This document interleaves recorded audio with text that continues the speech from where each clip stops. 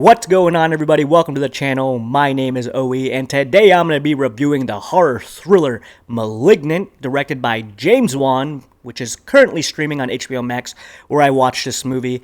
And this review is going to have full spoilers, because honestly, this movie is not worth talking about unless I include spoilers. And full disclosure, when it comes to the horror thriller supernatural genre, I don't tend to enjoy these type of movies, not because I'm a scared little puss. It has nothing to do with that. It's mostly because I feel like all these movies kind of have the same beat, and the characters in these type of movies, they're usually unrelatable and more frustrating to watch, which kind of takes me out of the movie. James Wan, his horror movies, they're easy to watch. He makes, goofy, likable characters, and they're like James Wan horror movies are like the MCU version in the horror genre. I guess that's how I'd put his movies. So yeah, they have good cinematography, they have good imagery. You'll get the little jump scares here and there, but overall, each movie kind of ends up the same. And Malignant, man. Malignant starts off pretty damn weird. I'll just say that right off the back. Now, this movie centers around Madison. She's a troubled, young, beautiful woman. The actress, Annabelle Wallace or something like that, I thought she did a solid job. She played a good part in being scared and frightened, while dealing and trying to unravel this mystery that's occurring in her head as she's experiencing all these grisly murders that she can't distinguish is reality or just in her head. So I like that part of the film. And the actress herself, she kind of reminded me of a mix between Angelina Jolie and Sandra Bullock. That's all I could think about. She's easy to look at, and her performance was okay. Most of it fell apart towards the end, but I'll get to that in a little bit. So yeah, her character Madison, early in the film, it's distinguished that she has some sort of alter ego. Like she had a... I'm going to get into it. So let's just get into the stupid plot. She has a parasitic twin called Gabriel. They show it very early in the movie. It's a disgusting, cancerous tumor that has its own personality that, was detached from her body earlier on.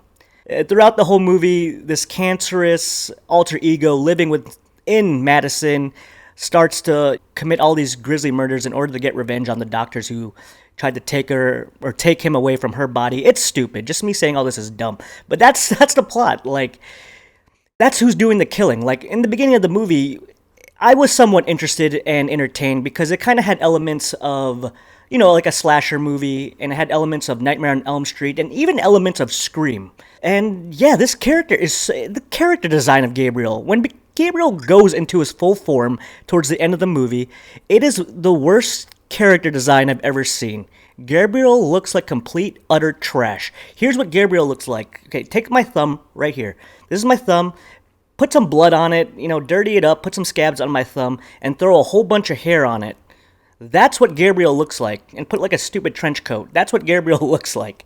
My thumb with hair on it. It looks so stupid and goofy, and Gabriel is doing like parkour. Gabriel is murdering a whole precinct of officers. Gabriel is a goddamn X-Men. Gabriel could manipulate electricity, overload lights and electricity panels and make shit explode. Gabriel could hack into cell phones and talk like Ghostface. Hello, Sydney. You want to play a game? Shit like that. Gabriel is all over the place. It's so retarded. It's so retarded. I shouldn't say that word, but I did. Please forgive me. But the visuals were cool. Like I said earlier, it had like a Nightmare on Elm Street feel, where we get to see Madison experiencing these killings, but she's unable to do anything about it. So it's happening in the real life, but she's also seeing it in her mind. It's up until the end of the movie, the full reveal where he takes full control of her body, where it just became so over the top. I couldn't believe what I was watching. I was like, okay, we've gone from 0 to 100 in this movie.